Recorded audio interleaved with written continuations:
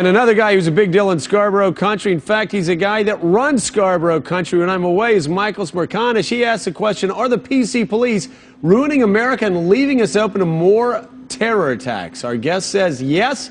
He's written a new book called Muzzled from T-Ball to Terrorism, True Stories That Should Be Fiction. In it he says, quote, "We become a country of kibitzers and apologists. We're literally scared to death to offend. All of this limp-wristed worrying over hurt feelings is compromising our ability to defeat radical Islam and might just get us killed." With us now to talk about it, the soft-spoken Michael Smerconish.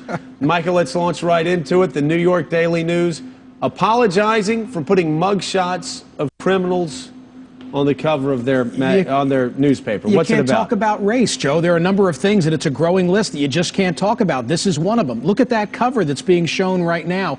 All of those individuals were wanted for murder at the time, and yet the newspaper felt compelled within days to apologize after publishing the mugshots. Why? Because all of the individuals who were then wanted for murder were people of color. So it was an accurate story, but the fact that there were no Caucasians caused the newspaper to say, maybe we should have rethunk the idea of running that cover. In similar fashion, down in Delaware a month ago, I saw a headline. It said, "Bearded man wanted for rape." I'm thinking, bearded man, what a strange headline. I read the story. They tell you he's got a blue car, that it's four-door, that it's a Chevy, and that he has a beard, but nowhere will they tell you if he's black, white, or an Indian chief. I mean, it's gotten crazy in this country.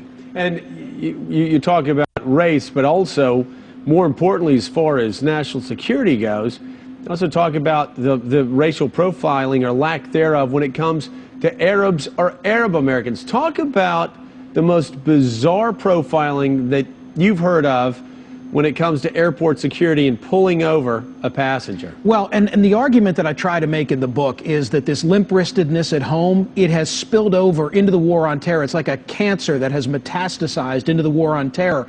And I think border control and airport security is a great example. Let me just tell you about the case of Claire and Frank Yoakum.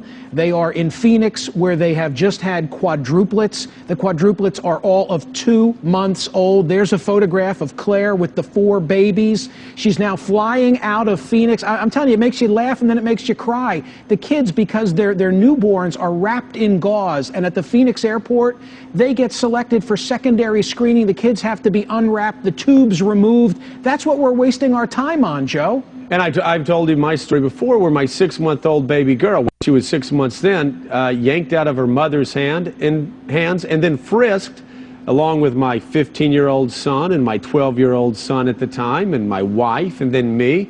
And then at the end of that, what do they say?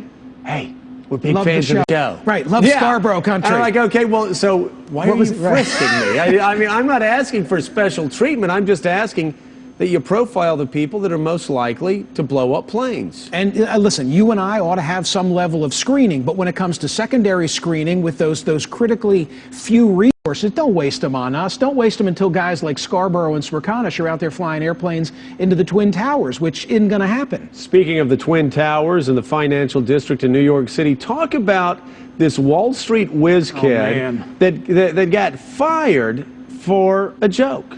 Andrew Susser, his name, Vassar graduate, then goes to the University of Pennsylvania, gets a JD MBA, the Wharton School and the Penn Law School. As good as it gets. As good as it gets. He goes to Bank of America, setting the world on fire. He's like that character in Bonfire of the Vanities that Tom Wolfe wrote about. He's making a reported $4 million a year, and he's an analyst of the gaming and hospitality industry, and he's got a sense of humor. And at the end of the year, Joe, he turns out a circular, a publication for his clients where he talks about trends in the hospitality and the casino industry, and it has sort of a National Lampoonish fashion. There it is. He has his face superimposed on the fully clothed body of a woman. No profanity, no nudity. And for that picture, he got fired. Because even Wall Street has become an intolerant place. Joe Scarborough, you have to get all the emails that I get via, the jokes and so forth. If you scroll to the bottom of your jokes, don't they always seem to come from brokerage houses? I mean, these guys on Wall Street are the funniest guys around, but even they have become intolerant. That's the point. It's very frightening. Michael Smerconish, thanks so much. I appreciate you being here. I hope you're going to tell more. So there are a lot more stories I want to cover, like the San Francisco 49ers story. when you come back and you're the mayor of Scarborough Country next week. The mayor. I love it. Yeah, you like that? I hope you'll talk more about muzzle. Thank you. All right. Always great to have you here. And always